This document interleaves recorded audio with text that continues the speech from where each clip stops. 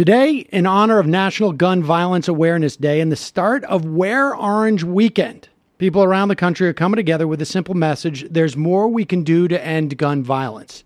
Each year, Every Town for Gun Safety and a broad coalition of partners call on Americans to wear orange and recognize the more than 90 lives cut short by gun violence every day, and to demand action toward a future free of that type of gun violence. Join the movement by wearing orange today, June 1st, and post your pictures online using the hashtag #WearOrange to show you're committed to ending gun violence. The Majority Report with Sam Cedar, where every day's Casual Friday. That means Monday is Casual Monday, Tuesday, Casual Tuesday, Wednesday, Casual Hump Day, Thursday, Casual Thurs, that's what we call it, and Friday, Casual Shabbat. The Majority Report with Sam Cedar.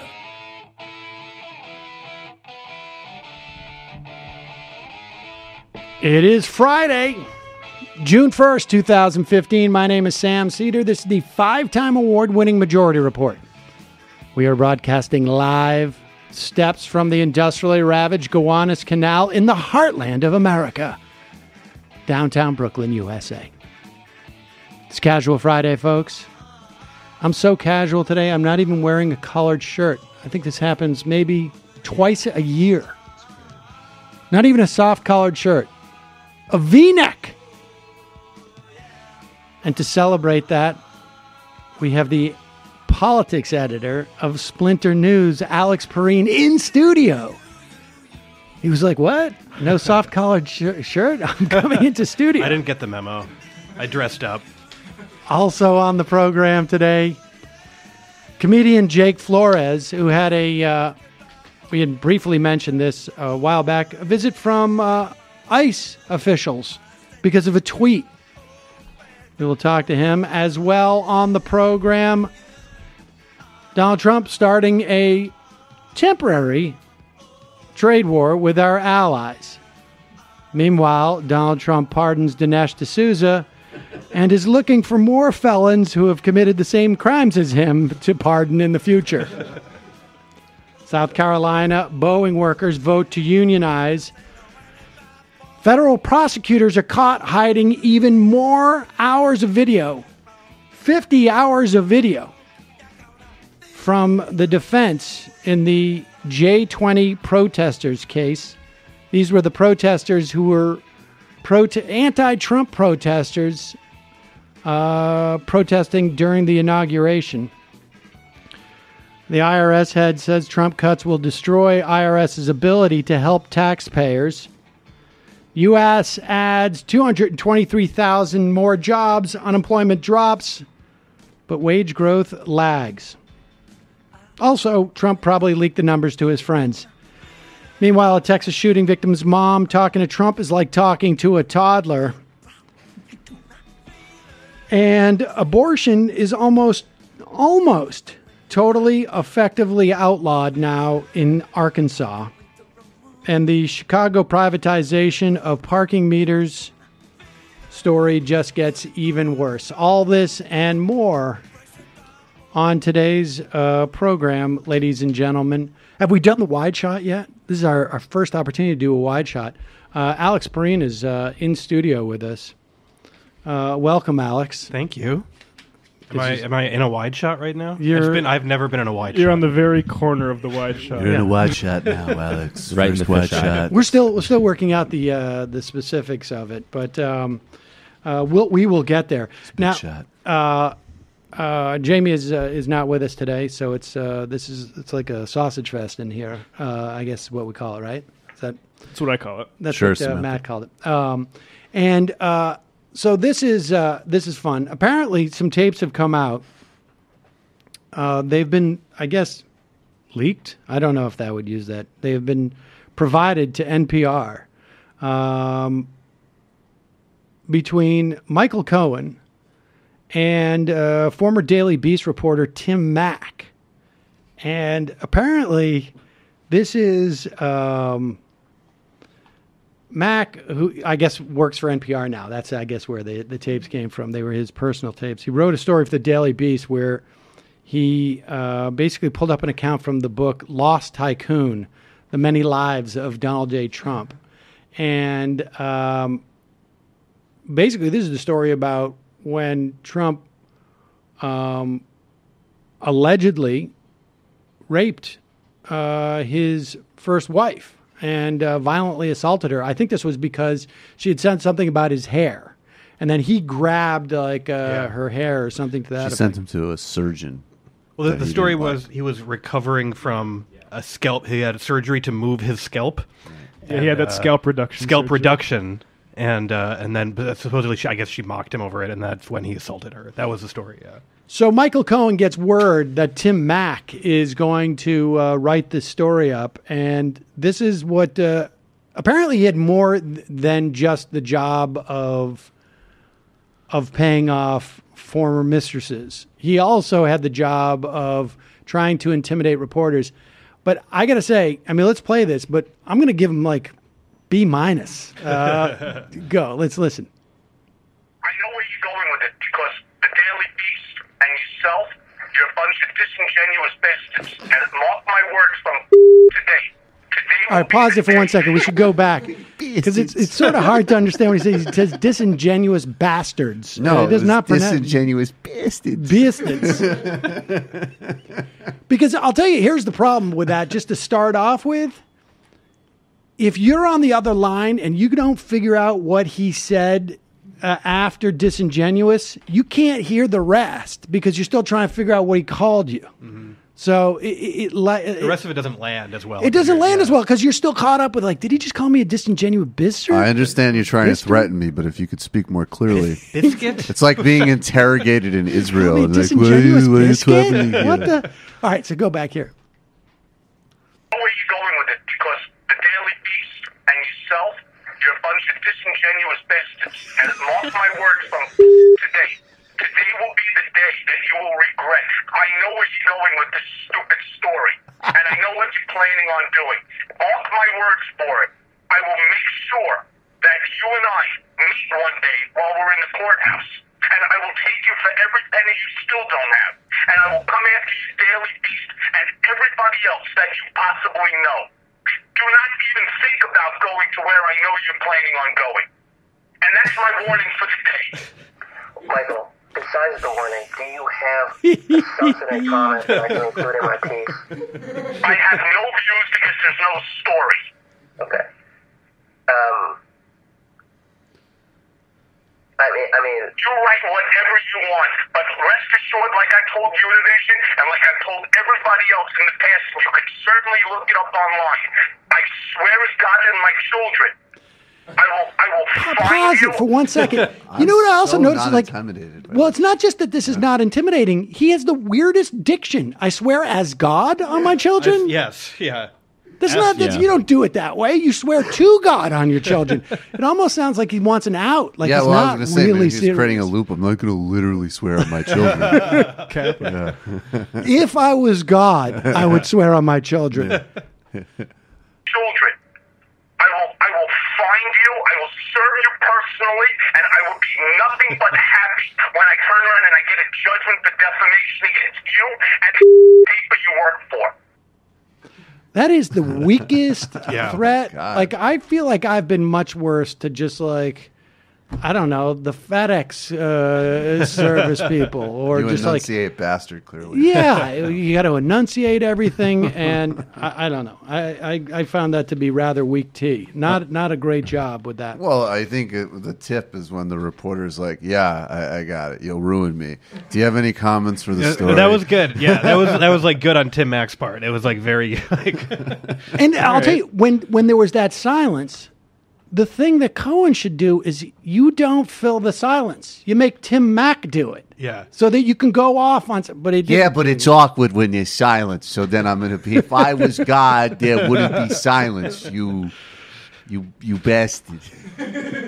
I think we can all agree on one thing, though. Window treatments is one of those soulless adulting terms for something necessary but boring as, well, beep, as bastards.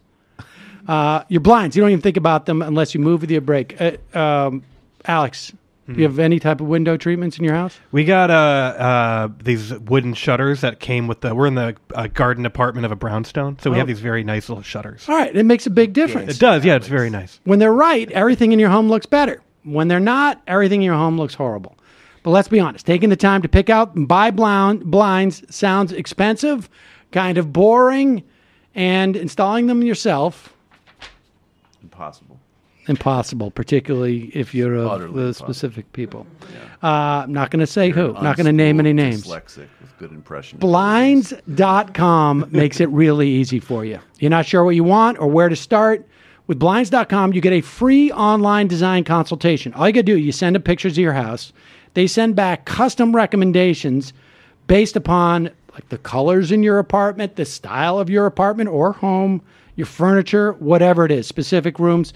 They'll even send you free samples to make sure everything looks as good in person as it does online. And, of course, every order gets free shipping. And here's the best part.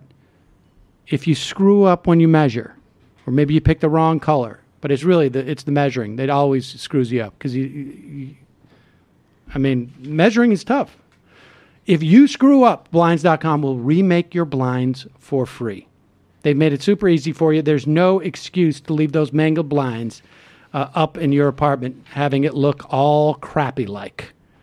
For a limited time, get up to 20% off everything at Blinds.com when you use the promo code MAJORITY.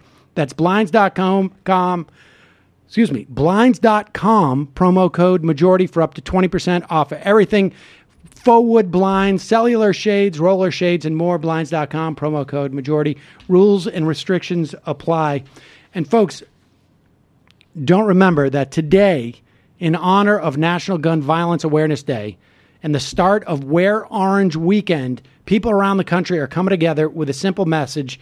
There's more we can do to end gun violence.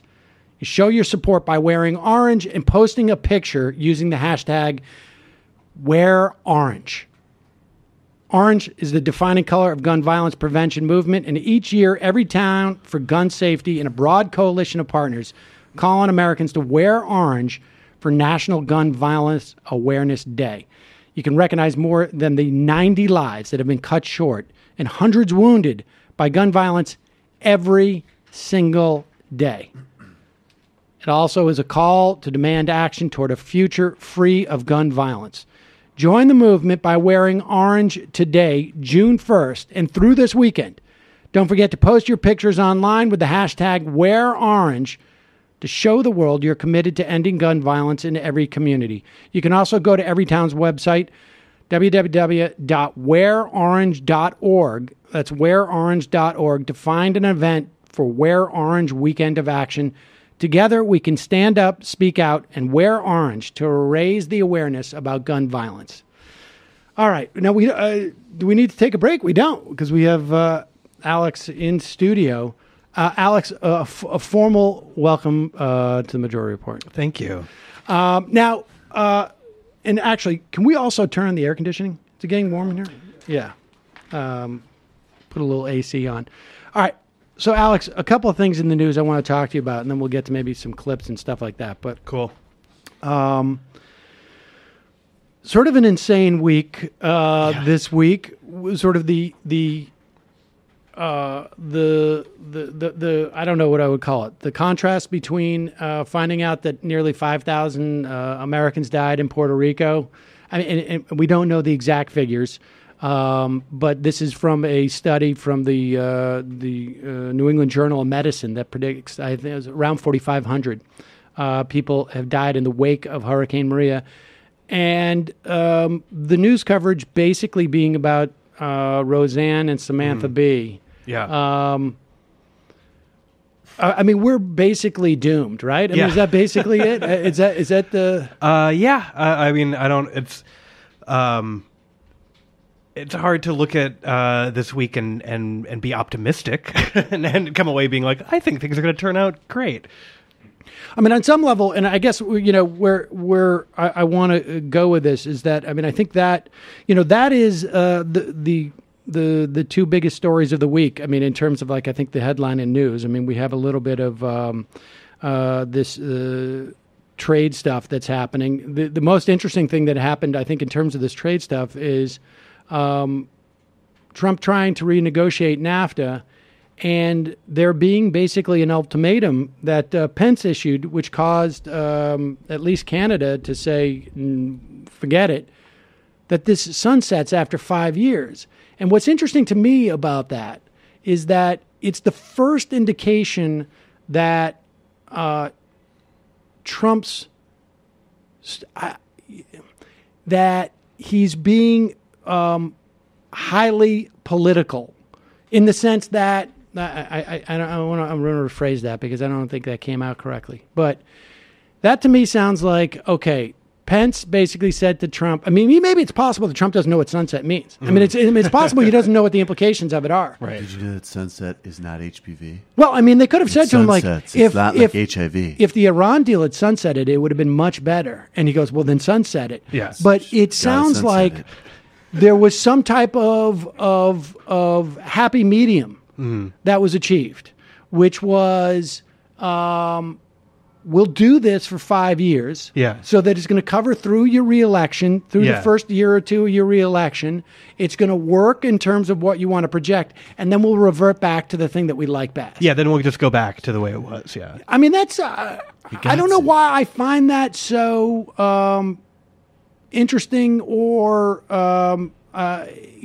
atypical of the Trump of Trump politics. Well, my impression with him has always been that the one thing he actually is sincere about is trade policy, because that's been the thing he's been consistent about since the 90s practically. Right, and you're using policy loosely, we should say. Of course. Because he has a very sort of strange idea of the economics of it, that it does not, like, economists on the left and the right don't sort of recognize his ideas as having any validity, but he's been consistent about it for a long time.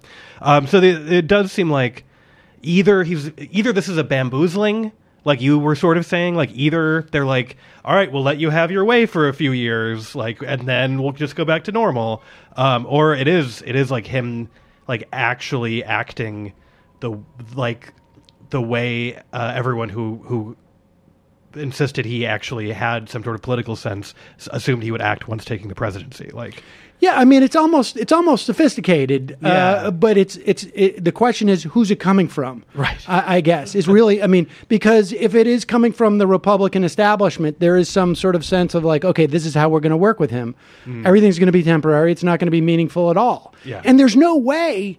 I mean, the idea would be, right, that I guess American corporations would just simply say, like, okay, this is the way it's going to be, but in 6 years out, we're just going to do 6-year plans now. And I guess Canada is a little bit more sensical and said, this is going to be impossible to navigate because we don't know what's going to happen going forward. Yeah. I mean, the Republicans seem to be more confident that there's going to be some stability with the American political system post-Trump than anybody else does. Yes, right. Yeah. Yeah. And I think the Canadians are probably more correct on this. All right. All of this is, you wrote a piece this week that I want to talk about because it sort of talks about a broader question. It also, there were two other pieces that sort of caught my attention this week. One was by Jonathan Chait, and the other one was by Lefitz, Eric Lefitz, and both at the New Yorker. And they're all three are related in some way. New York Mag. Yeah, New York Mag, but all three are sort of related in one way. I mean, it is either a bad idea on how to fight Trump or just sort of like bad execution. So let's start with yours about Chuck Schumer, because this just walk us through the piece, and then let's talk about it in a broader sense. Yeah, sure. So Chuck Schumer, the Senate Minority Leader, in the Senate from the great state of New York since the 1998 or 99, so with like what we were just saying, with all of the news that all of the bad news going on in the world, there's any number of ways the Democrats could sort of try to get headlines for themselves in their efforts to fight against Trump. And Schumer last week After first, with Nancy Pelosi putting out a good idea in a newspaper op-ed for a federal program to raise teacher pay and school resources. He just did that in an op-ed, no press conference. The next day, he calls the cameras for a press conference at a gas station in Washington to stand outside the gas station blaming Trump for high gas prices. And classic politics. Yes, no, exactly. Chucky Schumer. Yeah, and here's a photo that you put at the top of your post. Yeah, it is Chuck Schumer standing there with Dick Durbin, and who is that? Also, is that Barbara from Malusky? Or no, excuse me, the woman from Michigan. Michigan. No, Stabenow? Is that Stabenow? Yeah, no. Stabenow, This is from. She was from Delaware or no? Maryland? She's from Michigan. Debbie Stabenow's from Michigan. That's not Debbie Stabenow, I don't think. Well, the point is, the reason why it's difficult, tell us why it's difficult to place it. Because that photo at the top of my story is from 2006, when Chuck Schumer, in advance of the 2006 midterms, held a press conference outside a gas station in Washington to complain that George W. Bush was responsible for high gas prices. So here, work then, it'll work now. Here's a photo from last week. I didn't have the rights to use this photo, and I couldn't find a wire photo that I could use because no one cared. There were a couple photos out there, but none of them that we had but hardly any. He got no coverage for this. A lot of people didn't know Chuck Schumer did this last week, which is maybe a sign that your political stunt failed. The only mention it got in the New York Times, his hometown paper, was in the middle of a story about how oil prices were falling. Immediately after this press conference, oil prices started dropping. So it was effective. Yeah, it was. Yeah, no, he got results. All right. To be fair to him, don't you think after coming out on education spending, and he said something about decriminalizing marijuana a couple weeks ago, that it's relaxing to get back to the gas pump? Well, but here's but putting aside the problems that this is bad policy. Sure. All right, because it's bad policy. We should be raising the gas tax. The gas tax hasn't been raised in something like 30 years. Yeah. And so it's lower than all of the Western European countries. And there's nothing more than we need is to raise the gas tax for numerous reasons. Yeah. So it's bad policy, but it was also impacted in California. I mean, talk about how just sort of how much of the tin ear this is in terms of not just. I mean, you've talked about it, the implications. It's a tin ear on a national level, but even on a more micro level, right? Like in California. Yeah, the politics of this. So in California, which the entire government is run by the Democrats, and the Democrats just raised the California gas tax in order to pay for much-needed infrastructure repairs and in order to build more mass transit. This is good policy. This is what Democrats should be doing when they win power in states. And of course, because California has ballot initiatives, Republicans, bankrolled by rich people, have put a ballot initiative or are trying to get the signatures to put a ballot initiative on to repeal this gas tax increase. And they're hoping that getting this ballot initiative on will boost Republicans' chances in the midterm elections. So to have one of the leaders of the National Democrats out there complaining about the high price of gas is not it's also actively harmful to Democrats trying to hold a majority and actually govern. Right. So not only is it not effective, it is a net negative in a myriad of ways. Not even on a policy. We're just talking even if you're talking about pure politics, right? So these are just really bad politics. Let's go through a little bit of what Chuck Schumer has also done on top of this, because it seems to me it starts, early on when Chuck was like, I'll go and meet with Donald Trump and, if there's an infrastructure bill I like and this and that. A month later, it looked like, okay, that was the smart thing to do. Yeah. It made it seem like he was going to be reasonable, and then Trump wasn't. But I actually think he was foiled as opposed to... I think you're right, yeah. That he planned something. I think because come December of 2017, do you remember this?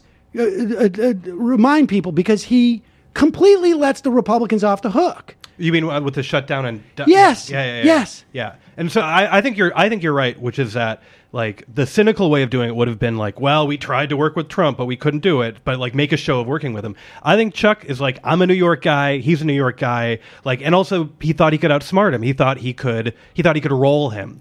But like what he didn't, this is the thing that people have learned over and over again is that Trump and the White House, quote unquote, are not the same thing. So if Chuck Schumer goes in to Trump and says, let's make a deal on Dreamers. Let's make a deal. And Trump is like, all right, sure, you got a deal. Like he leaves the room and Stephen Miller walks in the room and says, well, no, we are not making a deal. And that's it. That kills it. And so Schumer, I think, was like, I can work with this guy personally, and didn't understand the politics of it, didn't understand just sort of the structural barrier to like actually getting a deal done with this White House. But yeah, I think that's like. But I just want to put a fine point on this. If you go back and look at the coverage in November of 2017, the amount of stories, I think people could just Google like legislative apocalypse in November of 2017, because the Republicans were looking at like 5 different things. They were like the debt ceiling, they couldn't pass a budget because it was in the wake of, I think, some other, I can't remember which hurricanes it was or which massive storms, and they couldn't get the funding for that with the budget, and they wanted to split it off, but they couldn't do that. And there was 2 or 3 other deadlines that were coming up. I can't remember if it was S-chip or something. And it was S-chip. And the Republicans and Nancy Pelosi and Chuck Schumer walked over to the White House and basically said, we're going to take 25 to 40% of what you got, or even 50, maybe it was 60% in terms of like difficulty, off the table. Yeah. We're gonna clear that up for you, and that's why they ended up getting the tax cuts, in my estimation, because they weren't in total disarray going forward. I think they were worried about the resolutions expiring, and they totally messed it up. Yeah, they totally messed it up. And since then, he's done a ton of things like this, it seems to me. Yeah. What can I do to help? No, I mean, because Republicans, especially when it comes to things like continuing resolutions and budgets, they can't govern without Democratic help because their own Freedom Caucus members blow everything up. So like that's the built-in leverage the Democrats should have. Pelosi's usually been a little better about navigating this, but like Schumer, I think you're right. Like they went in and said, all right, we'll help you out. We'll do this. Because their instinct, Democrats' instinct, is always like, well, let's at least make sure government's running properly, which great. But then, it allows for Republicans to actually implement their agenda. But so Schumer, since then, in the interest of helping Trump govern, he's, allowed Trump to have his CIA chief approved, and he's allowed Trump to have his Secretary of State approved, and like all these other things that are like he could have held up and gummed up the works if he had wanted to. There was multiple ways where they could have done it. They could have done it where he could have tried to whip votes against them. Yep. I mean, if Chuck Schumer can't get Mark Warner to vote against certain things, then there's a real problem, it seems to me. Yeah. Because Mark Warner is not like, this is not Joe Lieberman, supposedly. Yeah. I mean, let me ask you this. As you go and report, what do you hear in terms of other senators? And because I've heard that certainly former senators think that Schumer's really screwing up. Yeah, I mean, I think if you don't have to look that far to see hints that some former Harry Reid people are not thrilled with how he's doing. And Reid, and I think a lot of people on the left sort of never liked Reid that much, but he knew how to play the game. Like he absolutely did in a way that Schumer's not showing that he does. And like there's an interesting alternate history is like how would Reid have navigated this first Trump term? Because I think it would look totally different on the Senate side. I think it would look totally different. And I think we may not even have those tax cuts, to be honest with you. Yeah, we might not. Like it might have been a complete legislative failure, but... it's a real problem. Is that Schumer knowing less than Reid, or is it his actual sort of politics or instincts are different? I think that he, well, I don't know. I think it's a couple of things because I don't know because I don't have any sense. Reid is almost a McConnell-like figure in that I don't have any real sense of what his personal politics are, but he seemed to just want political success. and hates Republicans and supposedly doesn't like to cut Medicare or Social Security. Yeah, right. Yeah. But Schumer, I mean, first of all, Schumer seems much more concerned with his own personal image and his own personal brand than Reid ever was. Yeah. And is maybe just much more limited in his thinking. Like that's what, like something like the gas prices thing, just to me, just smacks of someone who has an incredibly narrow vision of politics. Just very, very narrow and provincial idea of politics. Well, he literally says he has a made-up family that lives in Massapequa that he runs policy by. Says a lot. Yeah.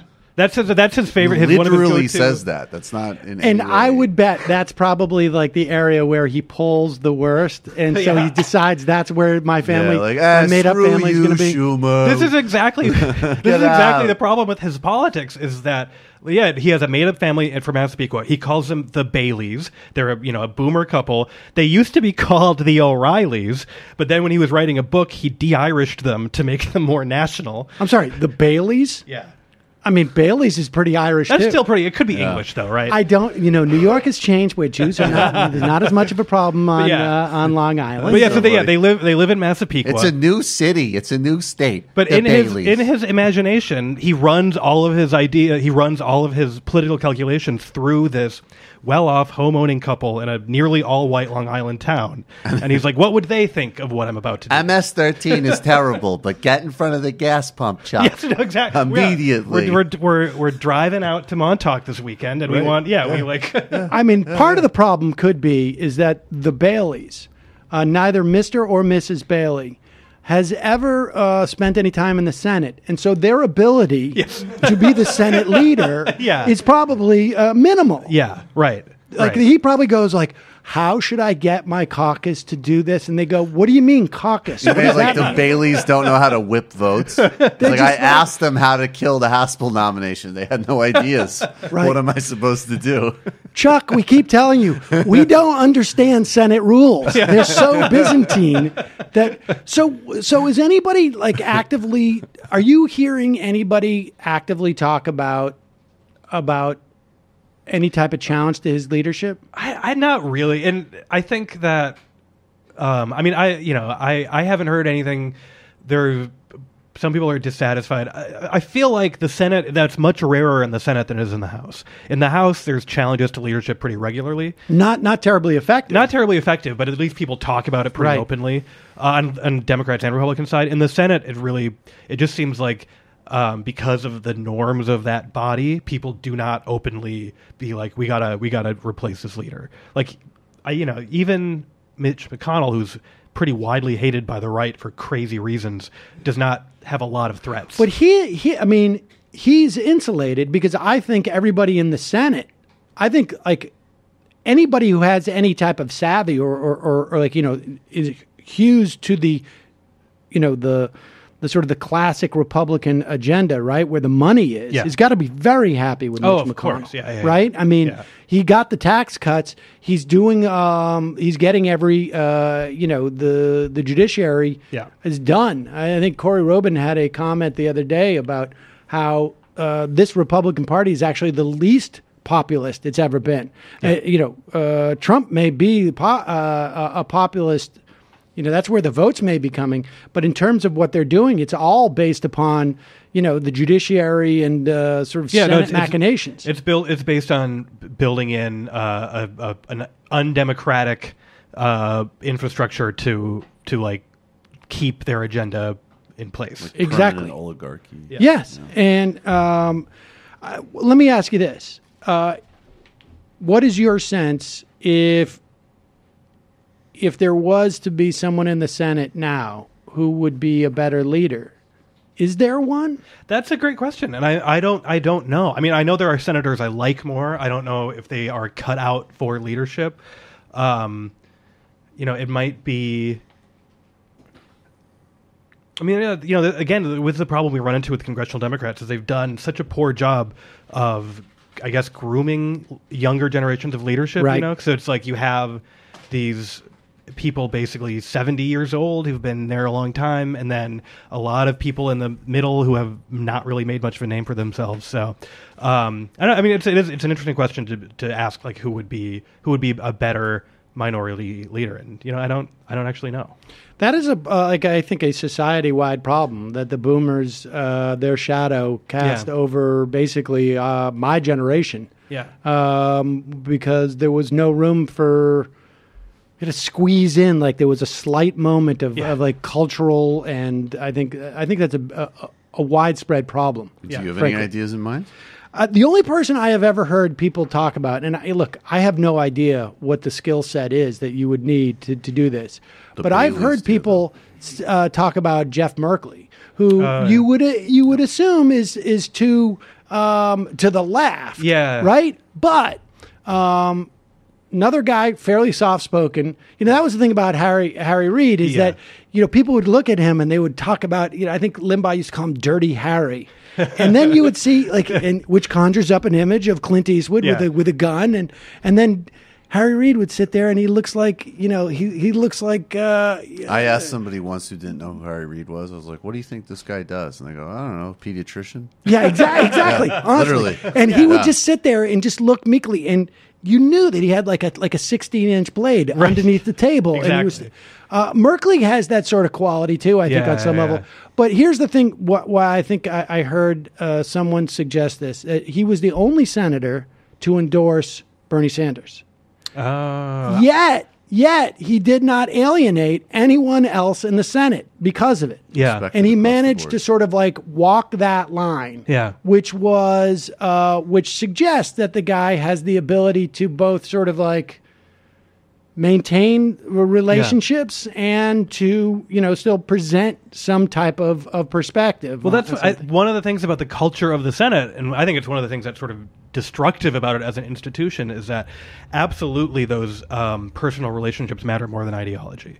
And I think you look at the hatred in the Senate for someone like Ted Cruz, and it's not ideological. They just don't like him. Right. And fair enough. And comedy with a T beats everything else. And so you could definitely have a fairly, I think, left-wing Democratic leader as long as they respected those personal relationships, I think. Yeah, and I think that's a big part of it. I mean, maybe that's why, I don't know whether or not he has the mind that one needs to sort of, play this chess game out. But this sort of dovetails a little bit with that Chait Lefitz. I don't want to call it a debate, but it's out there where Jonathan Chait had written a piece basically saying that the left was problematic. That is not a new theme of his. Probably one that he's been writing about. I don't know when the first time I ever interviewed you, but it was probably at least a decade ago, and it was Chait was well into that theme for many years. But the twist is that he was promoting the democracy movement, which is the first time I've ever heard of that movement, which is, and there's a new organization I think that started where Bill Kristol is signed on and Benjamin Wittes and and they're like the Pritzkers are behind it. And huge Democratic money, ostensibly to save our democracy from Donald Trump. And that the idea is we got to be nonpartisan. Yeah, and just focus on saving our democracy. Put our agendas aside and focus on this on this democracy movement. And Eric Lefitz wrote, "Well, the real danger to our democracy is all of the way American capitalism, I think he puts it, and which I think he would also define as at this point highly monopolistic." Completely, there's a disequilibrium. Labor has no power. I think you could also say, capital has far too much power. Two-tier justice system. Yes, because of it. I mean, all the problems that we see with American capitalism today. He says that's a bigger threat to democracy, and the real problem with these norms movement is that you got to vote for Chuck Schumer and Democrats to take over the Senate, and then say, send us your nominees, President Trump. We're not going to filibuster them. We're going to give them hearings. Like, you've got to do all the things that I think a lot of Democrats, even Democrats, if you go to your average Democrat and say, hey, do you hope that if the Democrats take over the Senate, that they restore norms? But even restore norms, they're going to be like, well, maybe. Sure, yeah. But if you say they're going to seat that first justice that comes through, they're not going to do any payback for this stuff. I think now the Democrats would say that's insane. Yes. Yeah. Right. So that's one of the things about, I guess, asymmetrical partisan warfare is that I can easily foresee, if the Democrats retake the Senate, them bringing back the blue chip, the blue slip. The blue slip thing, which is where if a home state senator of either party objects to a judicial nominee, they get to put a hold on it, which is a long-standing tradition. Ron Johnson did it for one guy who just got seated for 7-8 years or something. Yeah, exactly. Yeah, and Republicans have just finally, after threatening to for a long time, finally gotten rid of it. Yep. And they did that because, they actually know what's at stake and they want to fill the judiciary. And so when Senate Democrats retake power, are they going to bring that back? If there's a Democratic president, will they be respecting that? Will they be respecting that norm again? Because if so, this is, I think, what Chait always tries to posit the left as being anti-democratic. But in this instance, the norm would be upholding an anti-democratic principle, which would be installing a judiciary that doesn't reflect the will of the people. Right. That a sort of neo-Lochner judiciary consensus that would hold back what people collectively want to happen. Right. The result would be anti-democratic. Yes. A. B. Also, I got to say, blue slips. That's not exactly a democratic institution, right? The idea of letting one senator from any state to inhibit the federal judiciary, I don't really see the democratic aspects of that. No, at exactly. all. Yeah. Are you guys having the same thought process now of Chuck Schumer explaining to the Baileys what the blue slip law, Right, exactly. what the rule is, and Okay, trying to run it by them? But the other thing that really struck me about Chait's thing, which I thought was the aside from the sort of I think just the wrong-headedness of the argument, was what made it really disingenuous to me was okay, if the premise is this is a democracy movement, then you should be writing this piece about Mark Warner and about Heidi Heitkamp and about Joe Manchin and all the Democrats who have been complicit in allowing Donald Trump to do anything. It's not, if you don't want to make it about partisanship, fine. But why are you voting for confirm any of these justices? Why are you even showing up? Aziz Rana would not have voted for any of those nominees. No. I mean, why are you even showing up at this point, right? Yeah. I mean, Chait is always fighting. Chait is fighting a battle for what the Democratic Party will look like in the future, and he wants to keep people to his left out of it. So that's the subtext of all of these things he writes. It's about delegitimizing the left, the sort of left-wing argument. And I mean, what I find very absurd about it is he's calling writers like Jed Purdy anti-democratic, small d anti-democratic, when someone like that's actual agenda is the expansion of small d democracy everywhere. Right. And I think people sort of in that cohort, who are social democrats or democratic socialists, believe that a much more democratic country would look much more the way they would like it to than our current system.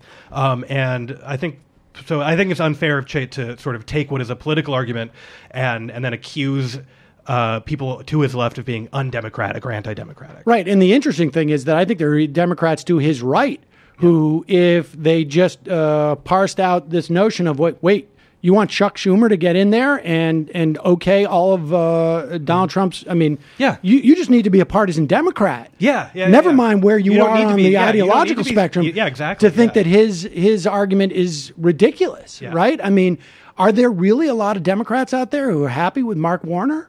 No, I don't think so. Because someone like Mark Warner, his calculation is always just that he can get away with it. Not that what he's doing is like with the bank deregulation stuff. There's no constituency for bank deregulation in the Democratic Party, and there's barely a constituency in the Republican Party. Right. He just knows I can get away with this. Like, and it won't. Like, there's just not enough of a media infrastructure in place to punish me for it, and the populists don't have enough power to punish me for it. So, I'll get reelected probably. That's a very Maoist style of argument. Alex. Mission accomplished. Chait's next piece right there. Now, let me ask you this, because it is the case that you and I have been talking about this for a long time.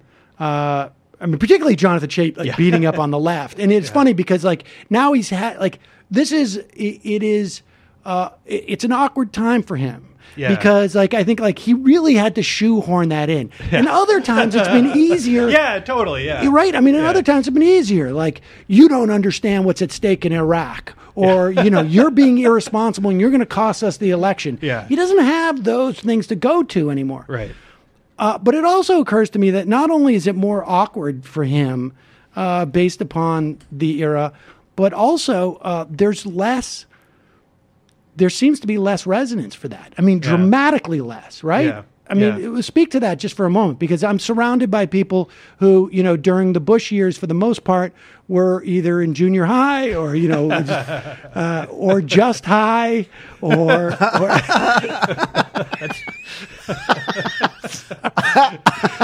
I'm not naming any names. Waterboat, dude. That's straight edge. But it really has been sort of extraordinary, hasn't it? Like where the center of at the very least the Democratic Party has moved. That's what's really interesting is there's less of an appetite for that bashing the left style of argument. I think people are less convinced that of the idea that we need to suppress the left in order to win with moderates. Like, people are kind of fed up with that. And even a writer like Eric Levitz, I don't know him super well, but I think he used to be much more sort of in the center of the Democratic Party, and I think the situation has moved him contextually to a point where he's arguing against American capitalism as causing these problems. And Chait just sort of remains stubbornly where he is. But so when you look at, it's all been very well documented, but people like Kamala Harris and Cory Booker are trying to sound not like the people they were elected as originally. People they were elected as originally were a straight-shooting law and order prosecutor and a very business-friendly mayor who was, with the help of finance, was going to fix government. Big charter school guy. Yep, and that's not how they talk. Regardless of what you want to say their actual agenda is secretly or not, that's just not how they're sounding anymore. And they're jumping on big, substantive left-wing job proposals. Guarantee pilots. Cory Booker is still the only U.S. senator who has a job guarantee proposal on the books. Yeah. Still is the only one. No, which is wild. And I think I should be clear, I don't think that's who he is. Sure. But the idea that he has to project that, I think, is very helpful. Yes. Yeah. And it's this is what we're here in New York, this gubernatorial election. This is what we're seeing here too, where it's a man who was elected twice as governor on the platform of I'll work with Republicans to get a middle of the road way of doing things, and he's like, no one can match my record of progressive accomplishments. Right. So and I think Chait would and he's maybe also black now. Yeah, it's true. Yeah, he's thing. He's he's an immigrant. He's Muslim, undocumented immigrant. Yep. Yeah, he's everything. Yeah. He is all things combined in one man. So, and I think, and there's a lot of work to be done, obviously, but I think it's hard to say that.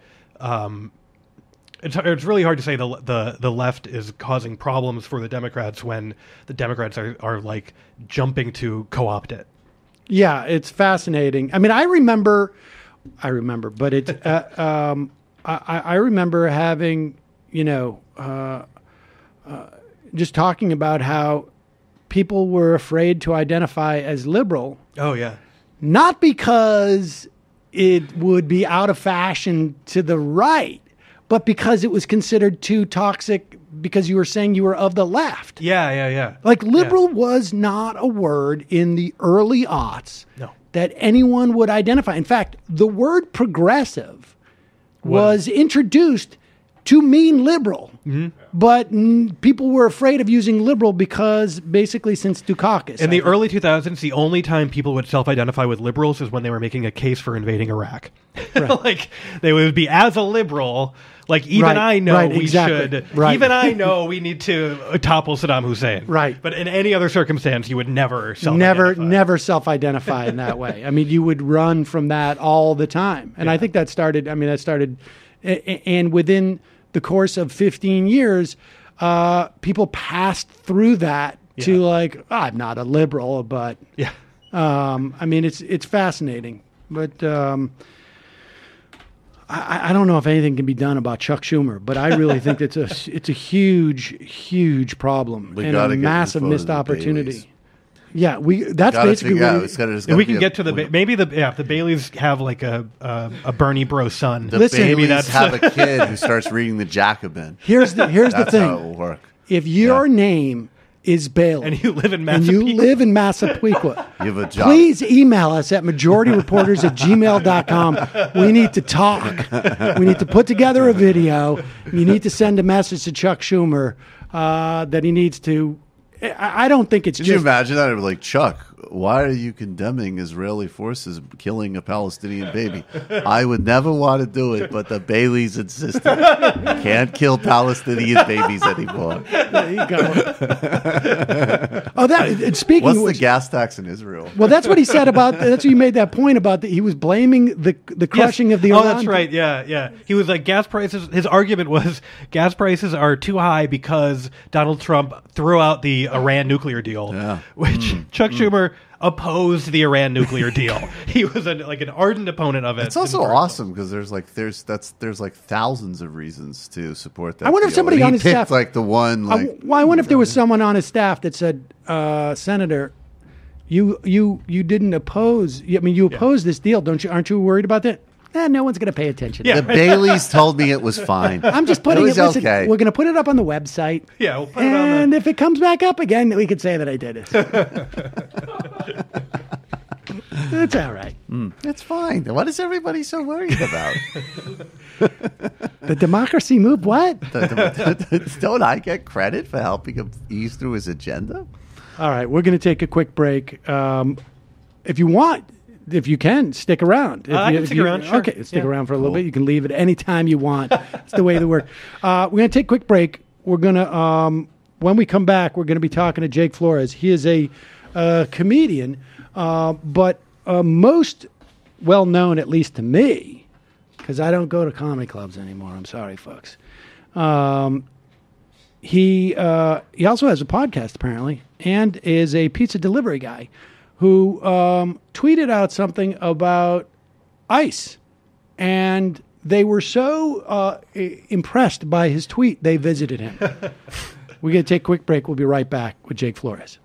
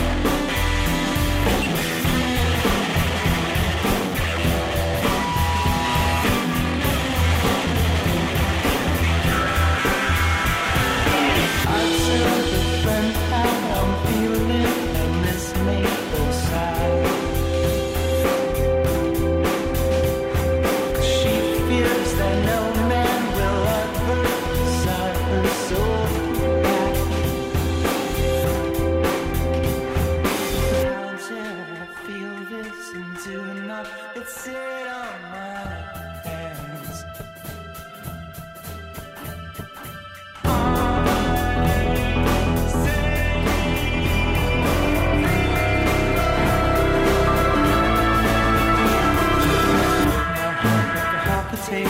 Push the popcorn out the way.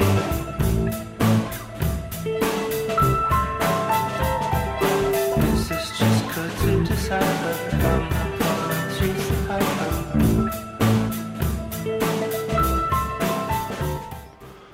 We are back. Folks, just a reminder, you can support this program by becoming a member at jointhemajority.report.com, jointhemajority.report.com for just several pennies, well, several dimes a day.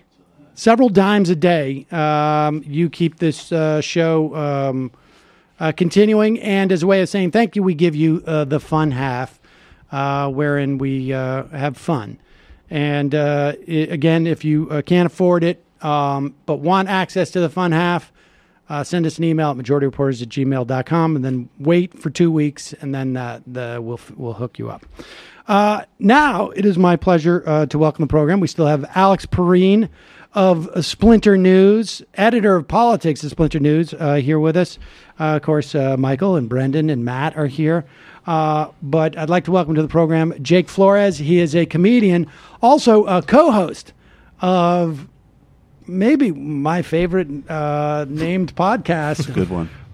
Damn America. Good afternoon. Hi, Jake. Welcome to the program. And I should say that I first heard about your story from Splinter News, which I had forgotten, of course. But so okay. Before we get into you telling us about yourself, well, actually, why don't you tell us about yourself? You're a comedian. You host Damn America. What happens on Damn America? I started Damn America about a year ago after Charlottesville kind of went down, and I found myself, doing what I do as a comedian. I've been doing stand-up for, a little over a decade now, and it's kind of been a thing for a long time, but also, I'm heavily involved in a sort of burgeoning leftist movement that's happening in America right now, and I'm invested in it. And so I found myself sort of writing a lot and sort of, using platforms like Facebook and Twitter to kind of put information out that I thought was important, but then I sort of realized, well, if you're not publishing stuff, algorithm just, fades whatever you're writing away. So I started as a project to just sort of, be a part of sort of the new left, because in my opinion, it's not a new idea. I kind of aped what Chapo Trap House is doing and those types of people that are, huge and successful. I just kind of thought that, if we're going to have an actual left movement in this country, there should be as many leftist comedy outlets as there are straight up liberal comedy outlets, it shouldn't be a singular idea. So I kind of thought of it as just, doing my part and throwing in my little area of expertise into the ring, I started off by doing some episodes about Antifa because I just noticed that suddenly this thing that I kind of know about was in the news and nobody else knew about it. So, we started from there, and we figured out a way to make it funny and make it kind of interesting, and, just doing what I can, I suppose. Sounds good. And so you tweeted something out. Now, I know that there's sort of a danger of people who are comedians. Tweeting things can sometimes get you in trouble. So I hear, Sam. I've had my own experience with that. But with that said, I think what went down with you is a lot scarier than went down with me, frankly. Let me read this tweet of yours from May 5th, 2018. And you write, okay, here's how Cinco de Mayo works in 2018. White people are allowed to culturally appropriate on the condition that you help destroy ICE. You kill one ICE agent and you get to wear a sombrero. 2 kills and you get to wear a poncho. Well, we didn't appreciate that. If you're angry at the policy, blame Congress. Now,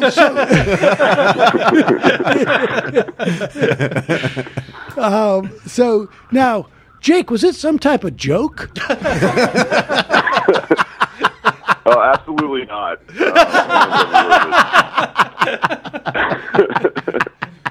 Do I hear knocking on your door again? Yeah,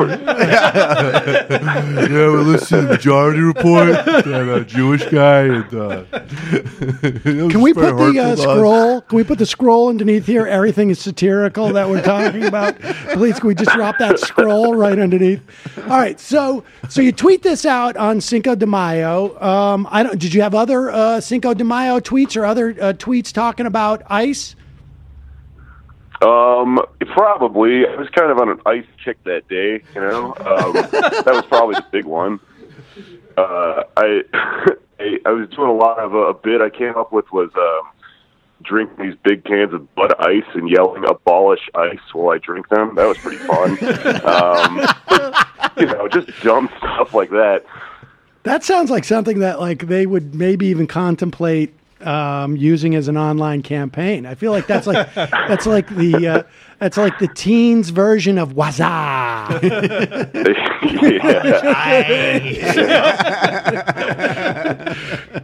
Dude, where's my beer? I abolished all the ice. Yeah, that's fine.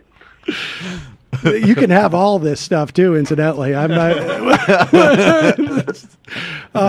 So, all right. So you tweet it out, and how does it do? Does it get? Do you get a lot of retweets on this? Do you get like? What was your ratio? So it was kind of interesting because I'm an extremely online millennial, you know, so I just tweet every other thought that comes into my brain, and I use the internet as sort of a scratch pad. Like I was using this as a way to remember it so I could work it out as a bit later on, which now with the whole thing that happened, I got a great fucking 12 minutes out of it. Sorry, can I curse? Sorry. Yeah, you can. Okay, cool. What's interesting, though, is that it was pretty well received. Like, I didn't have anyone directly respond to me and say anything negative. Like, I got retweets, I got shares on Facebook. Everyone kind of laughed. A couple of people went, whoa, you know, like, you're just playing the fire there. But nobody really came at me, and the post didn't get taken down, which leads me to believe that it probably didn't get reported by another user, because when you get reported by another user, the platform flags the post because now it's a liability, right? But you seem to have had some experience with this. Is that yeah, like, it was clearly totally different from the other times when I personally pissed somebody off directly, because you know. I mean, yes, though. Like, this is part of my job, you know? And so, you know, nothing happened until 9 a.m. the next day when the feds kicked on my door. And no, wait a second. Wait. You gotta ease into this. So you're sitting there. So all right, you're now. I assume if you're a comedian, it's 9 a.m. You're asleep, right? Oh my, yes. Okay, so you're asleep, and I assume also you don't have a kid or anything like that. So you're totally asleep. And what? And how does like? Do you get a doorbell knock? Is a buzzer? Somebody slide a note under your door? What happens? Okay, so this is kind of pertinent to the story. I don't live in a regular apartment. I live in a loft, which is like a punk house situation. It's of a factory in a part of Brooklyn that is not really residential, and nothing's labeled. It's really hard to get into the building. When I order food on Seamless, you know, they don't know where it is. Like, I have to come downstairs because even if they get inside, which they can't, there's no numbers on the doors or anything. There's graffiti everywhere and stuff. And so it's very odd that they found me within a day. And all right, well, no, wait, Jake. Now, is this like, is it like a squatter situation? I mean, or do you not want to? Let's skip that. It's not. It's called loft law. It's just you're allowed to live in an art studio, basically in New York, until they destroy this law in a year or two. Oh, right, exactly. But it's a semi. Do you get your mail there? Yeah, I get mail. I kind of usually get stuff sent to wherever I'm working, though, because it's not very reliable, because there's all sorts of crazy, you know, people running in and out all the time, and mails. Technically, it works, but it's not that reliable. I'm just curious as to how did they track down? How did they track you down? I don't know, and I mean, this does raise a lot of questions about like the surveillance state and like cell phones and things like that. Because like, not only do they know, where I lived, they knew I would be there, which I'm not always there. I mean, like traveling around, I often don't sleep at home. Nice. My guess would be my phone, but anyone say, I suppose. And they also could have just talked to, I don't know, like the people that own the building or something. I mean, there is record of me being there. It's not a complete slaughter or anything, but it's odd that they were able to pull it off that quickly. So they're knocking on, they've got into the building somehow, and they're knocking on your apartment door or loft door. And do they just knock? I mean, what do you, like, what... Do people knock on your door at 9 a.m. often? Is that the first time that's ever happened? People don't knock on my door is the thing. Like, this is not an apartment where people are walking around, asking each other for cups of sugar and stuff like that. I woke up and, there's this loud banging on the door. And so I would not have answered it, honestly, if I didn't think it was a repair guy. I just waiting for this guy to show up and fix this leak I had in my ceiling. I mean, there's pipes leaking all over the place, rats everywhere. There's a window fell out of the week before this. So I kind of just assumed in my groggy, hungover state that, it's the repair guy, Then I opened the door, lo and behold, 4 DHS agents. They say Department of Homeland Security. I think one of them holds up a badge. And from there, I'm a little groggy on like what happened. Because wait a second, what are they wearing? Tell me what they're wearing. I'm curious. Were they wearing those like Parkers that have like DHS on the back, or what? Did they have any? What were they wearing? They're just wearing suits. Not suits, just like kind of dorky button downs and stuff like that. They look like nerds. Did you tell them that? Carrie Matheson and Mandy Patinkin on Homeland. Just professional garb. I didn't know. So wait a second. So casual Friday stuff. Yeah, of course. Okay. It was the weekend, for them too. Wait, this is on a Sunday? Jesus Christ! What day was it? Was it a Sunday? It was. Yeah, it was Sunday morning. 6 Mile was Saturday. Sunday morning was the next day. Well, at least all the scary ICE agents had the weekend off. That's right. Yeah, I guess tax dollars at work. At least they're on to it. So you should have known it's not the repair guy because he never comes on time on his weekend. That's how they break it. That's how they break out the assignment. Like, all right, the actual guys, you've got some families to destroy upstate. Right. The ones you don't look intimidating at all. You should go terrorize this comedian kid off of Twitter. Yeah, basically. So, okay, so the 4 guys come in, and they just look dorky. They're dressed like the dad on some type of sitcom or like, right? No, he said Carrie and Mandy Patinkin. Yeah. Okay, that worked well. So what happens? Do you invite them in? Do you sit down at your table? Do you have a table in your apartment? Yeah. Okay, so here's how this goes down, right? They sort of, they throw me off. I open the door, so they're Homeland Security, and I can't remember whether they just came in or I went like, all right, whatever, let's just do this. And a lot of people will come at you with these sort of like libertarian, like, you should have said, am I being detained and all this stuff. Do you have any experience with actual police? They don't honor that stuff in the moment. Like, you kind of just have to do what they're going to do and then figure that stuff out in court later, Did you know why they were there? I'm sorry? Did you know why they were there? Like, did you go like, oh, it's that tweet that I had about ICE?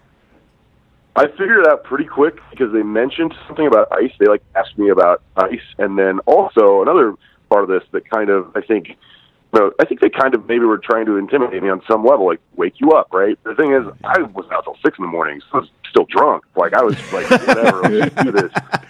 But also, this happened to a pal of mine like 2 years ago. Nick Mullen got the FBI called on him. And Nick Mullen, if you don't know, is your friend Mike Cernovich thinks Nick Mullen is the head of the DSA. President. Is that true? Yeah, he tweeted out this, the DSA had a conference. Yeah, the DSA had a conference. Who's laughing in Chicago now, last Nick? year, Who's and, laughing now, Nick? I do like guys who are like who have never dealt with anything in their lives, and they would say like, what you do when federal agents show up at your place at 9 o'clock in the morning is you say, according to Article 2, Section 5 of the Bill of Rights, and then they can't enter your domicile, dude. What the hell is the matter with you? We will not be quartering soldiers here. I know. I don't recognize the federal government. I am a citizen of the state of New York. So wait a second. that's So, gonna This work art for shed, anyone, you sir. know? so they start talking about ICE, but it's not until they mention ICE that you think this is about the tweet. So you don't know immediately. You're just like, must have been something I did. What like? Are there other things that you felt like you did that might have like had DHS at your door? Honestly, I figured it out pretty quick. I mean, I don't really know what else I could have done. I'm kind of a scumbag, but I'm not really like up to anything. I don't really think there's anything else that would have crossed my mind. Like, oh my God, what did I get away with this thing in my past? I mean, on some level, I think their job is to intimidate you a little bit. They're an arm of the authoritarian apparatus, you know. But I found myself in a unique situation because when the government comes and knocks on your door, you know, if you have kids or something, it's terrifying because you don't know what's going to happen. Right. They may tear you away from your kids, right? But I'm a shitty comedian. Like, I don't have anything. So I just, I was like, oh, I got nothing to lose. I'm so hungover, I don't care if I die right now. You know, Did you say this to them? I don't know. Are you quoting You can't yourself? blackmail me. I've been actively trying to get famous for 10 years, you know? It doesn't matter. So I like it's like as I see it, you're either going to kill me or this is a major uptick in my Right, Twitter exactly. following. Right. Yeah, either I'm dead or this is the best thing that's ever happened. There's two ways to play this: Basically. Capital One murder, Like, which we're not quite at yet for Twitter jokes, or you just gave me a sorry? great favor, guys. So all right, so they start talking to you, and what else? What do they say? Well, you know, they start talking to me about the ICE thing, and you know, the first thing I do is we're standing around, and I go, one of them's like, "Should we sit down?" And I go, "Yeah, sure, we'll sit down at my table." I have this table in my loft space, living room, where I record my podcast, right? And the table's got all these microphones set up at it. I sit down. The main guy looks at the microphones and he goes, "Are these things recording?" And I go, "No." And he believes me. And they weren't recording, but what kind of government agent are you? Don't even check. Well, first of all, I think we've all learned a great lesson today. If you have a table full of microphones and there's a knock at your door, turn on the recording device. You know what would be funny? You know what I love? Then Is answer you the know, door. like those old infomercials with the clap. You're like 1 second. Now they're off. So okay, so he says, okay, So he good. starts asking me, So they starts sit asking down about at the that ICE. point? I'm sorry? Do they sit down after you've assured them that the microphones are off? Yeah, so we sit down, me and the main guy, right? So there's this main guy, and then there's these three other guys. And the three other guys don't have cameras. And what they're doing is they're going around my apartment taking photos and I guess building a case file on me, that's kind of interesting. There's just a file on me now. Shitting me. They're a file on lots of people. It's interesting to know, you know? I know people who are in J20 and stuff that know they have a file and et cetera, but what is going on in this file with me? Because, for one thing, they're taking pictures of all the art on the walls, and it's not my stuff. I have this roommate who was super goth and weird, and just made the place look like a corn video. And then she moved out, and all that stuff is still there. So I'm talking to this guy, and I'm like, don't read into the art on the walls. That's not part of my whole thing, you know. I'm not this weird the Crow terrorist guy, you know.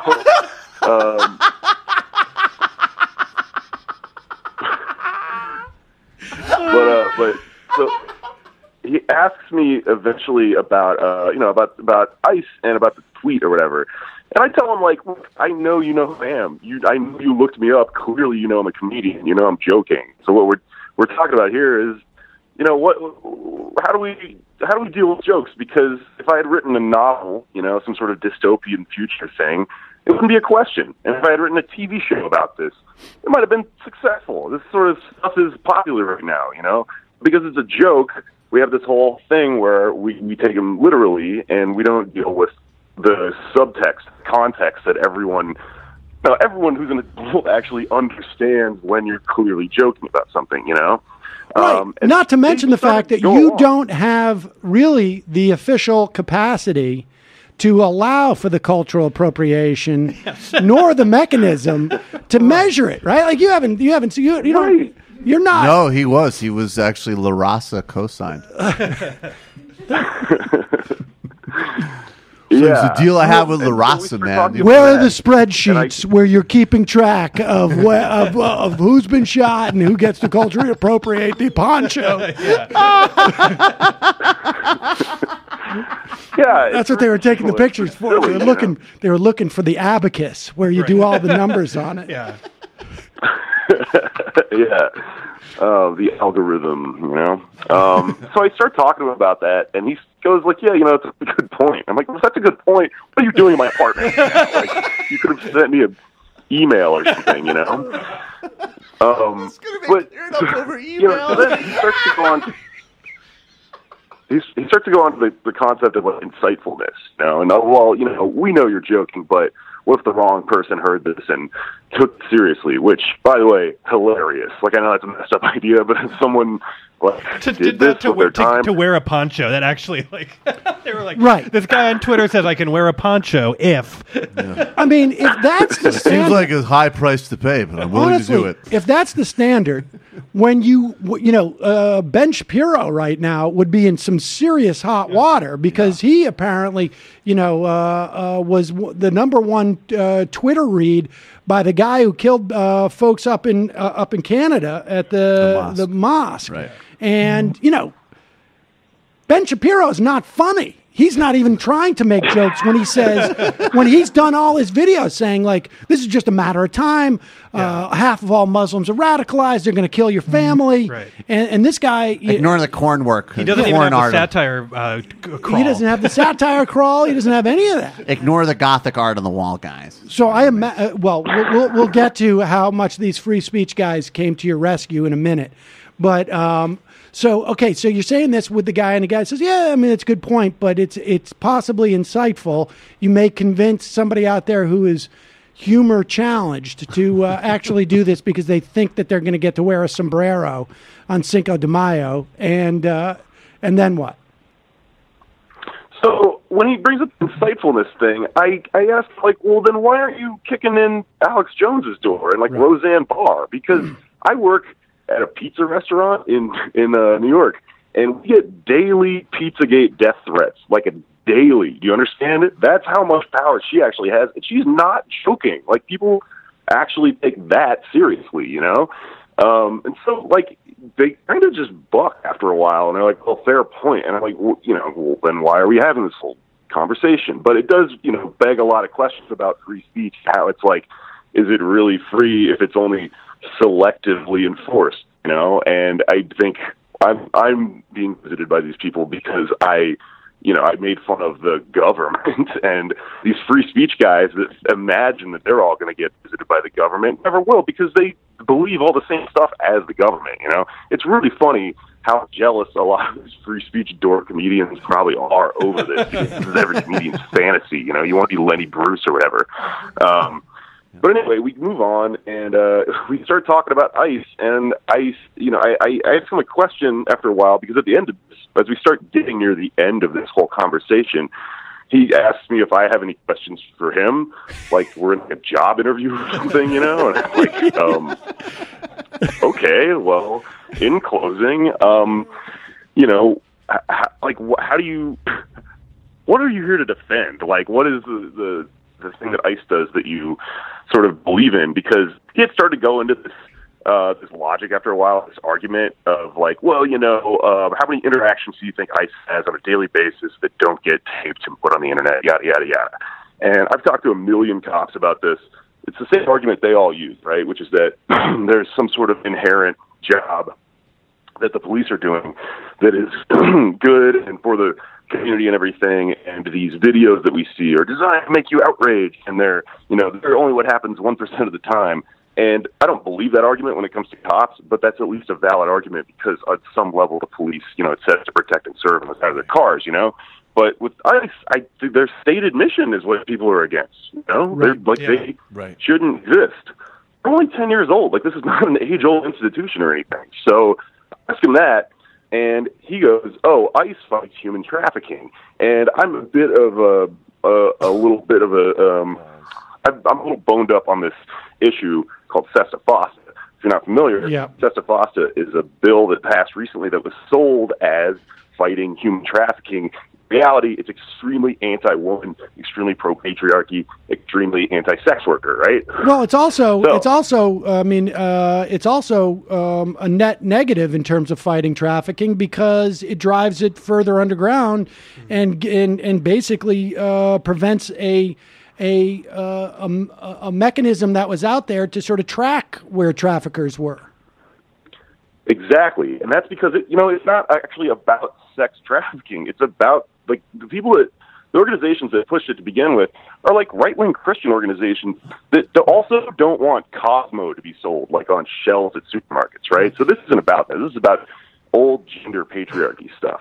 So they use this scapegoat of human trafficking to sell bills like Sesta Foster. If you look at everyone who got arrested after Sesta Foster, everyone who got arrested was a sex worker who got arrested for sex work, not for trafficking, right? So it's pretty obvious how they use these switcheroos, right? Immediately when he told me that, I was like, I know exactly what you're doing. I know exactly the argument. That's the same bullshit they used to pass Sesta Foster, right? And then he comes to me and he goes, "What's Sesta Foster?" You're ace in the interview. Was like, all right, everyone sit down, and I started talking about Sesta Foster to the Department of Homeland Security, the human trafficking police, which is supposedly this is their job. And after a while, they just kind of looked at each other, wrapped up, and told me, "Oh, okay, well, we'll be watching you, and you may expect another visit, and good luck on your tour, ha ha ha ha, cock humor or whatever." And then I went on with my day, and I told the story to Catherine Kruger over at Splinter, and I did Chapo about it and stuff like that. That's unbelievable. It's amazing too. Those guys have since quit, and they are now actively Patreon members. They're Patreon members of Pod Damn America. So, all right, let me ask you this.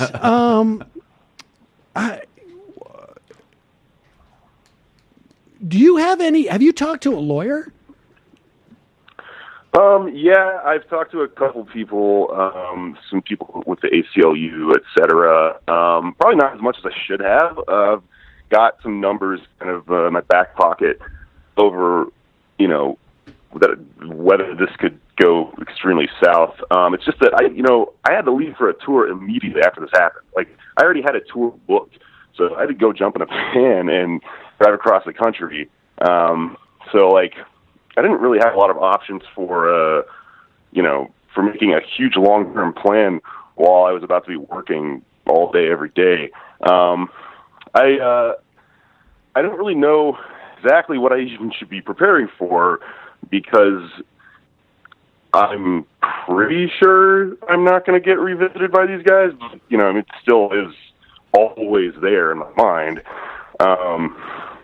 I just wonder what the legal. I'd just be curious to hear what a lawyer says about this. I mean, I guess when they came to your door, you did invite them in, but vampire law applies. But I think the real question is whether or not you have a First Amendment case, because this is actually, and I'm sure you've heard. I'm sure Dave Rubin has reached out to you, and I'm sure you're already booked on the Dave Rubin show. And I'm sure all of these free speech warriors. He has a right to make jokes, and ICE has a right to respond. Because so let's circle the wagons on ourselves. Here's the fundamental difference between your situation and every other situation that Dave Rubin talks about. It is a free speech question when the government is involved. Period. End of story. If a corporation doesn't want you to speak and say something when they hire you, they can fire you right away unless there's any specific legislation against that. But it's only free speech, obviously, when the government is chilling your speech. And I don't know how this could be interpreted in any other way with government agents, literally agents of the government, coming to your apartment after a tweet and saying, you should really think twice about those type of tweets. If they've got a case that you're inciting, they should take you to jail. They should have you go in front of a court and say, this guy's inciting, the death of federal agents. And I think any judge would laugh it out of a courtroom. But I think there's a First Amendment case here because, I mean, it's chilling. It's chilling speech. Literally, it's literally the definition. I guess Ruben would be interested if your pizza place fired you. That's right. Then it would be. Then it would be like something to talk about. Pizza place.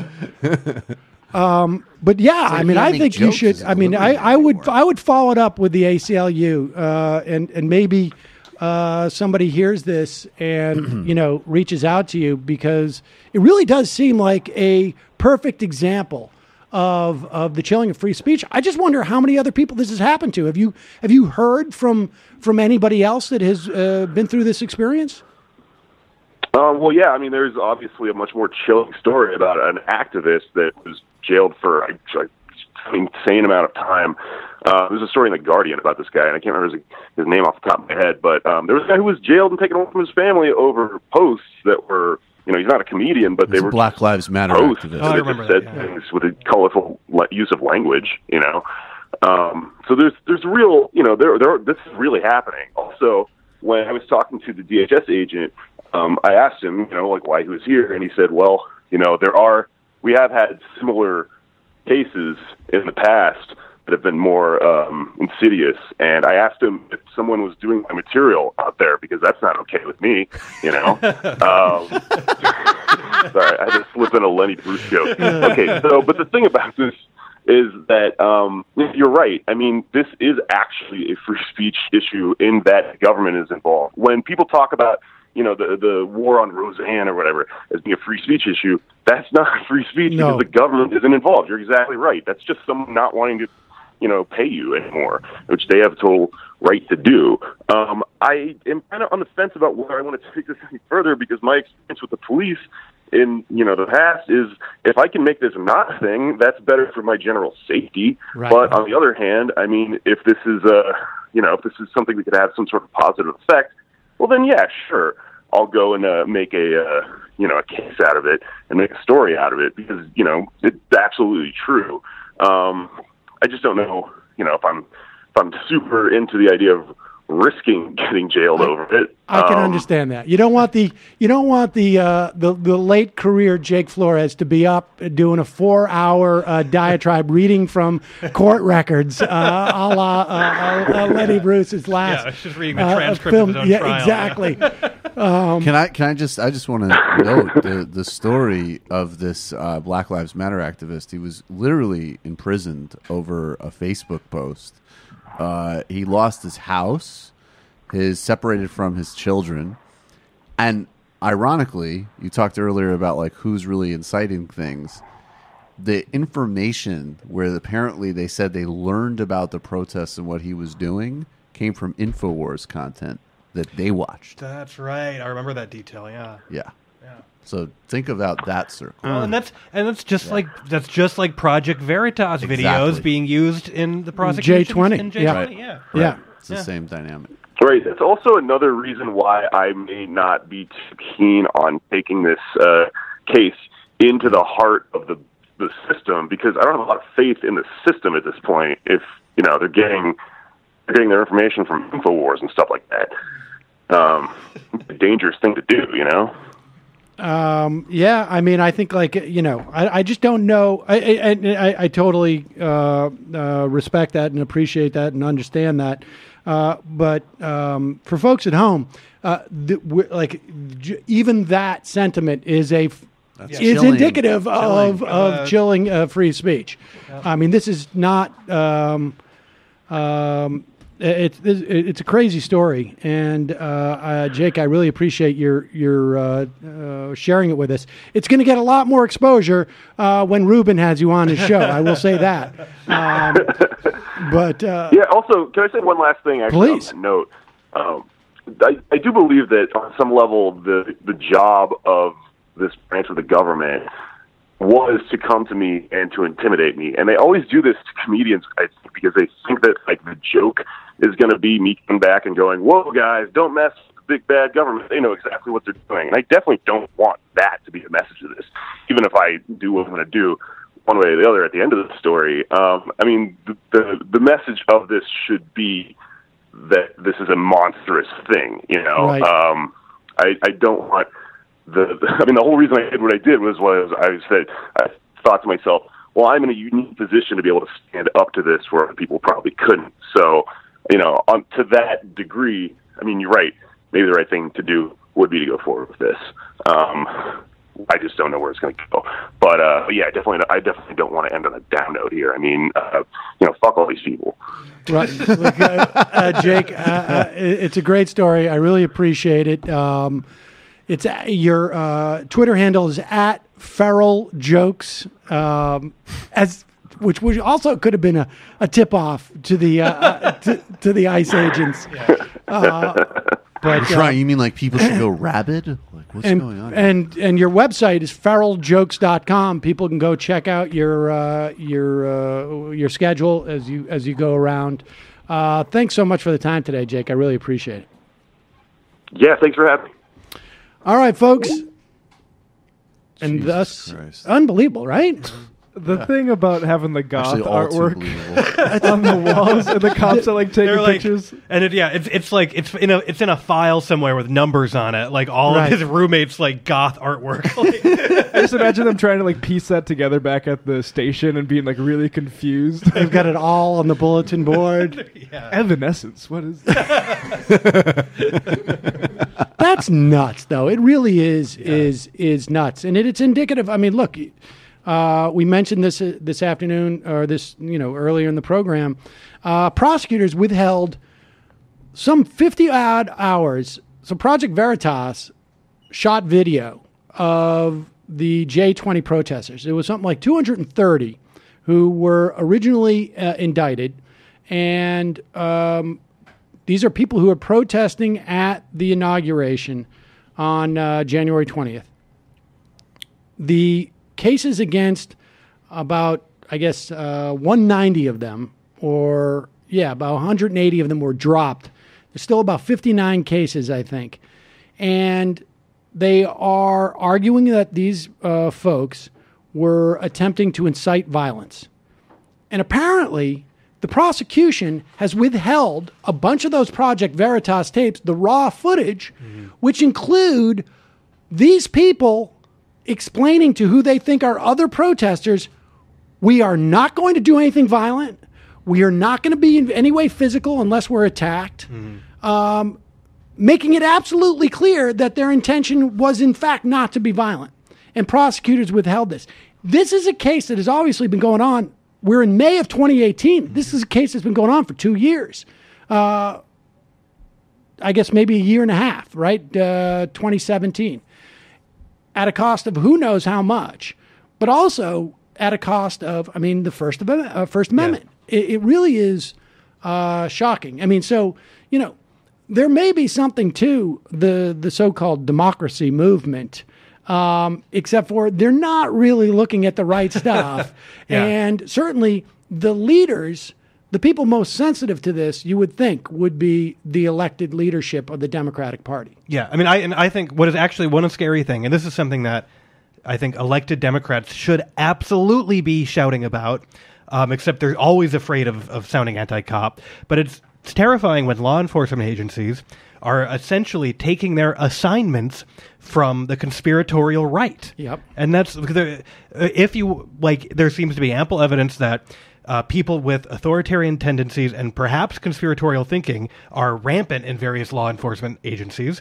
And if Project Veritas and InfoWars are telling them where to go looking for things to investigate, that's actually terrifying. And Democrats should like not just be. They should be vocal about that because it's like just for the sake of partisanship, like even not just for the sake of free speech and justice, but like. Right. I have to run it by the Bailey. Where are the no matter where you are on the cynical spectrum of politics, to like good policy and and democracy, up to like it's going to help you win. Yeah. The Baileys thought that the joke was a little tasteless, so the First Amendment needs to go.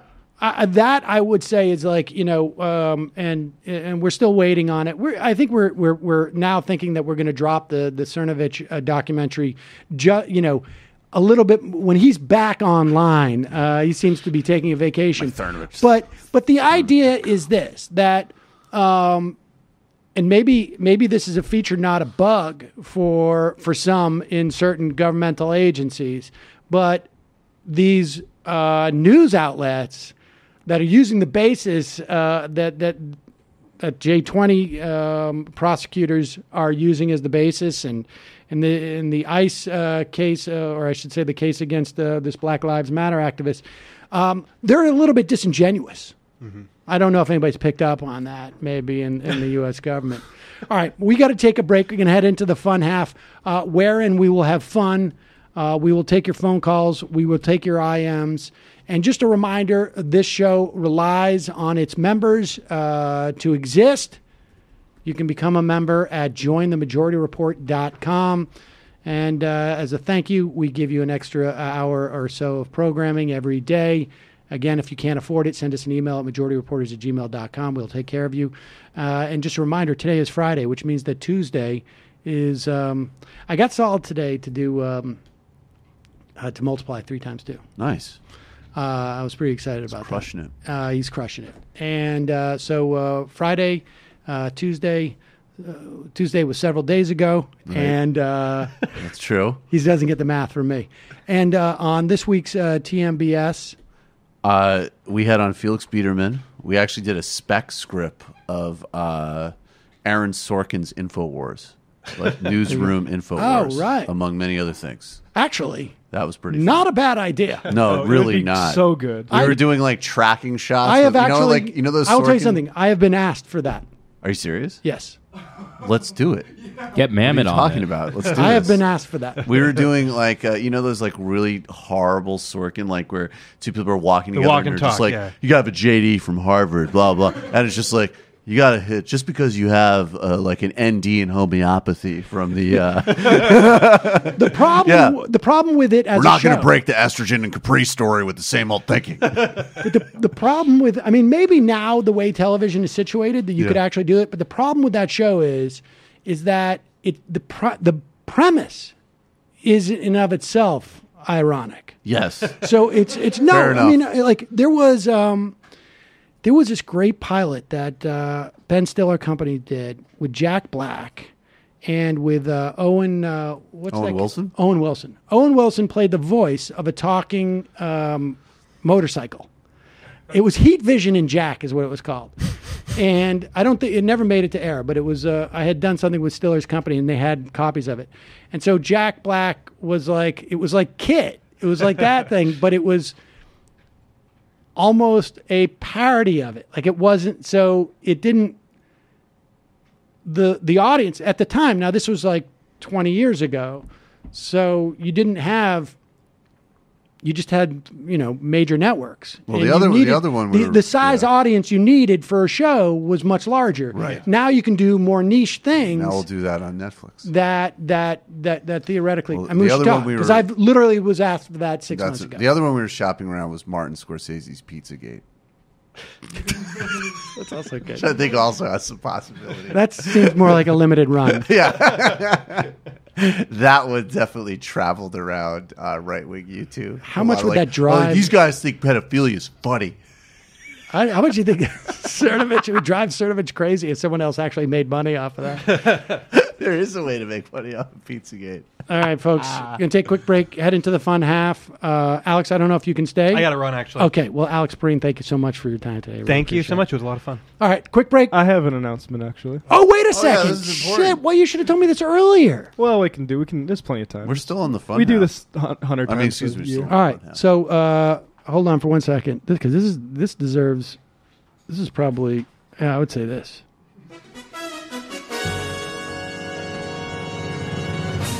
Now a special report. Alex, All right, do so it. I am launching a podcast. I launched it last night. It's typically going to be released on the first and third Saturdays of the month.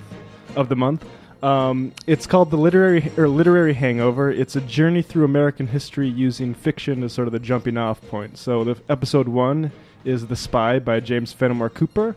And me and my friend Alex sort of talk about how it represents sort of the revolution and slavery and a lot of different sort of political and historical and social economic sort of things. So it's a history podcast. It's sort of like a book club. I want it to be listenable for people who don't actually have time to read the books. And maybe the episodes work as a primer for them to maybe they go back and read the book after they listen to it. So it's... But it's like, you're basically, like, gives you the ability, if you want to seem well-read, Yes.